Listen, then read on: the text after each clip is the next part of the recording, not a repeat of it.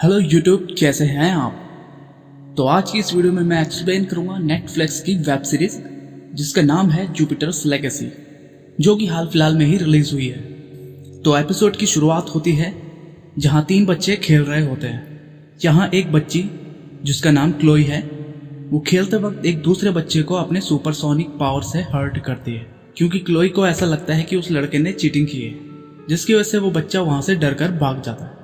तभी वहां क्लोई का पिता आ जाता है, जिसने अपनी बेटी की सुपरसोनिक साउंड को सुन लिया होता है।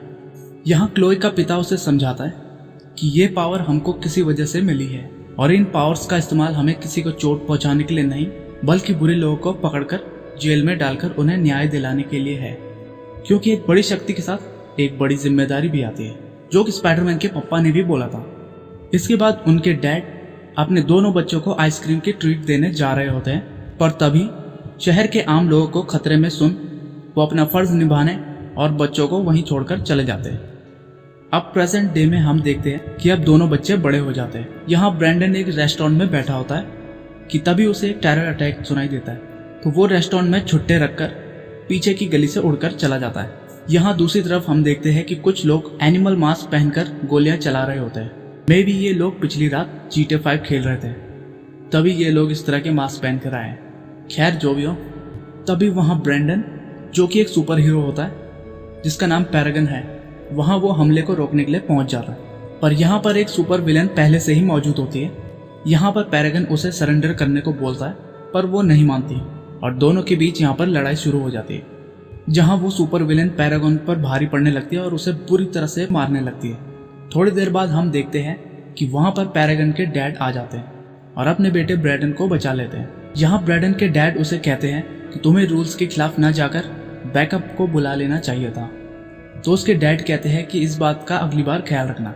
अब घर पर शेल्डन, जिसका सुपर हीरो नाम यूटोपियन होता है, वो टीवी पर चल रहे न्यूज में देखता है जहाँ ब्लैक स्टार उसे धमकी दे रहा होता है, क्योंकि उसे यूटोपियन ने ही जेल में डाला था। यहाँ घर पर शेल्डन अपनी वाइफ से अपनी शादी की पुरानी बातें कर रहा होता है, जहाँ उनकी शादी को 60 साल हो चुके होते हैं। इसके बाद दोनों अपने बच्चों के बारे में बात करने लगते हैं। यहाँ उनकी बेटी क्लोई किसी वजह से उनसे बात नहीं करती और अक्सर उनसे अलग अलग रहती है। यहाँ शेल्डन अपनी वाइफ से अपने बेटे के बारे में बात करने लगता है, जहाँ वो बताता है कि ब्रैंडन के केयरलेस और जल्दी डिस्ट्रैक्ट होने की वजह से वो चीज़ों को जल्दी नहीं सीख पाता। यहाँ शेल्डन का मानना है कि उसका बेटा दूर दूर तक इन पावर्स के काबिल नहीं है। शेल्डन कहता है कि ब्रैंडन को एक ना एक दिन उसकी जगह लेनी है और इसके लिए उसे जल्द ही कुछ करना होगा और चीज़ों को जल्दी जल्दी सीखकर एक बड़ा कदम उठाना होगा। इधर ब्रैंडन छत पर बैठकर ये सारी बातें सुन रहा होता है। यहाँ छत पर उसका अंकल वॉल्टर आता है और उसके साथ बैठ के बातें करने लगता है। तो ब्रैंडन अपने अंकल वॉल्टर से अपने पिता के बारे में पूछता है कि उसके पिता अपनी जवानी के टाइम पे कैसे थे। तो अंकल वॉल्टर ब्रैंडन को उसके पिता के बारे में बताता है। अब सीन शिफ्ट होता है 1929 पर, जहां शिकागो में इस समय शेल्डन और उसके बड़े भाई वॉल्टर के पास सुपर पावर नहीं होती। यहाँ शेल्डन और उसका भाई अपने पिता के साथ मिलकर अपनी स्टील फैक्ट्री को संभालते हैं, जहाँ शेल्डन अपने वर्कर्स के साथ फ्रैंकली बातें करता है। यहाँ वॉल्टर अपने पिता और भाई की बातों से एग्री नहीं होता और वो चाहता है कि कुछ महीनों के लिए वो अपने काम को रोक दे, यानी कि फैक्ट्री का प्रोडक्शन कुछ महीनों के लिए बंद कर दिया जाए। पर उसके पिता इस बात से मना कर देते हैं, क्योंकि उनकी एक स्टील फैक्ट्री बंद हो जाने से कई वर्कर्स की नौकरी जा सकती है और ऐसा उनके डैड बिल्कुल भी नहीं चाहते। अब प्रेजेंट टाइम में फैमिली के सभी लोग साथ बैठकर डिनर कर रहे होते हैं, क्लोई को छोड़कर। तभी वहाँ क्लोई आ जाती है और पूरी तरह से नशे में धुत होती है। यहाँ क्लोई की अपने डैड से कुछ ज़्यादा खास बनती नहीं है। यहाँ क्लोई कुछ देर डिनर टेबल पर अपने मैगजीन की फोटोशूट के बारे में बात करती है, जहाँ डिनर टेबल पर वो बदतमीजी से भी बात करती है और फिर वहाँ से गुस्से में चली जाती है। ब्रैंडन अपनी बहन क्लोई के पीछे जाता है और वो क्लोई से बात करता है। तो क्लोई ब्रैंडन को बताती है कि उसे इन पावर्स में ज़रा सा भी इंटरेस्ट नहीं है, क्योंकि बचपन में जब उन्हें अपने पिता की ज़रूरत थी तब वो हमारे साथ होने के बजाय दुनिया को बचाते फिरते थे। ब्रैंडन क्लोई को समझाता है कि डैड के बाद किसी को तो यूटोपियन की जगह लेनी होगी। यहाँ दोनों भाई बहनों में ब्रैंडन ही होता है जो अपने डैड को समझता है और आगे जाकर यूटोपियन नाम की जिम्मेदारी उठाना चाहता है। कुछ देर बाद ब्रैंडन अपने दोस्त बैरी के साथ क्लब में बैठकर बात कर रहा होता है। यहाँ बैरी अपने दोस्त ब्रैंडन को बोलता है कि मैं चाहता हूँ कि तुम अगले यूटोपियन बनो बट इस चक्कर में अपनी लाइफ को एंजॉय करना मत भूलो। तो ब्रैडन बोलता है कि मेरे हिस्से की जो खुशी और एंजॉयमेंट है वो क्लोई एंजॉय कर रही है। अब कहानी एक बार फिर से 1929 की तरफ मुड़ती है।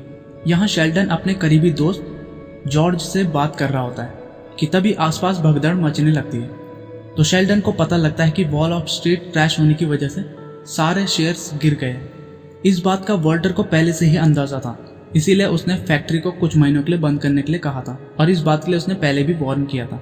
शेल्डन वॉल्टर से डैड के बारे में पूछता है तो उसे पता चलता है कि डैड छत पर है, जहां शेल्डन के डैड उन सभी बिल्डिंग्स को देख रहे होते हैं जो उनकी स्टील से बने हुए होते हैं। यहाँ शेल्डन के डैड उसे नीचे मिलने को कहते हैं। इसके बाद शेल्डन के डैड वहां से छलांग लगा देते हैं और सुसाइड कर लेते हैं। इधर प्रेजेंट डे में शेल्डन और वॉल्टर अपने यूनियन ऑफ जस्टिस में जाते हैं और अपने पुराने दिनों को याद करते हैं जब उनकी टीम में 6 सुपर हीरो हुआ करते थे। यहाँ तभी उनकी पुरानी यूनियन ऑफ जस्टिस टीम का एक मेंबर फिट्स आता है और बताता है कि ब्लैक स्टार सुपरमैक्स से भाग गया है। अब ब्लैक स्टार के साथ यूटोपियन और लेडी लिबर्टी की दोनों की लड़ाई हो रही होती है। तो यहाँ ब्लैक स्टार उन दोनों को बुरी तरह से मार रहा होता है। तभी वहाँ ब्रेन वेव, पैरागन और बाकी के सभी सुपर हीरोज वहाँ पर आ जाते हैं। अब सब साथ मिलकर ब्लैक स्टार से लड़ने लगते हैं। इसी दौरान उनके 3 साथी ब्रिक्स, वीरा एंड बैरी मारे जाते हैं। इसी बीच ब्रेन वेव अपनी साइकिक पावर से ब्लैक स्टार को कंट्रोल करता है ताकि सभी लोग मिलकर ब्लैक स्टार को मार सके। पर ब्लैक स्टार ज्यादा पावरफुल होने की वजह से जल्दी ही ब्रेन वेव के कंट्रोल से बाहर आ जाता है। अब लड़ाई के दौरान ब्लैक स्टार यूटोपन को अपने पैर के नीचे दबा के रखता है और अपने एंटी मैटर हार्ट की बदौलत वो एक जोरदार न्यूक्लियर धमाका करने जा रहा होता है। तो पैरागन अपने पिता को बचाने के लिए एक बड़ा कदम उठाता है और ब्लैक स्टार को जोरदार पंच मारकर वहीं मार देता है, जिससे न्यूक्लियर धमाका रुक जाता है। यहाँ यूटोपियन पैरागन पर खुश होने की बजाय उसे डांटने लगता है कि तुमने इसे क्यों मारा। तो पैरागन बताता है कि अगर वो ऐसा नहीं करता तो वो खुद के साथ आधा शहर को भी तबाह कर देता। यूटोपियन पैरागन को कहता है कि इसके बजाय तुम उसका सिस्टम बंद कर सकते थे या फिर उसे अंतरिक्ष में फेंक सकते थे। तो पैरागन वहां से गुस्से से चला जाता है, क्योंकि एक तो उसने शहर को तबाह होने से बचाया, इसके बाद भी उसे अपने डैड की तरफ से डांट खानी पड़ती है। आखिर में सब सुपरमैक्स जाते हैं, जहां उन्हें पता चलता है कि ब्लैक स्टार जिंदा है और ये तो बस उसका एक क्लोन था। और यहाँ पर पहला एपिसोड खत्म होता है। तो दोस्तों, आपको जुपिटर्स लेगेसी का पहला एपिसोड कैसा लगा ये कमेंट सेक्शन में कमेंट करके ज़रूर बताना। और अगर ये वीडियो पसंद आई हो तो एक लाइक तो बनता है बॉस।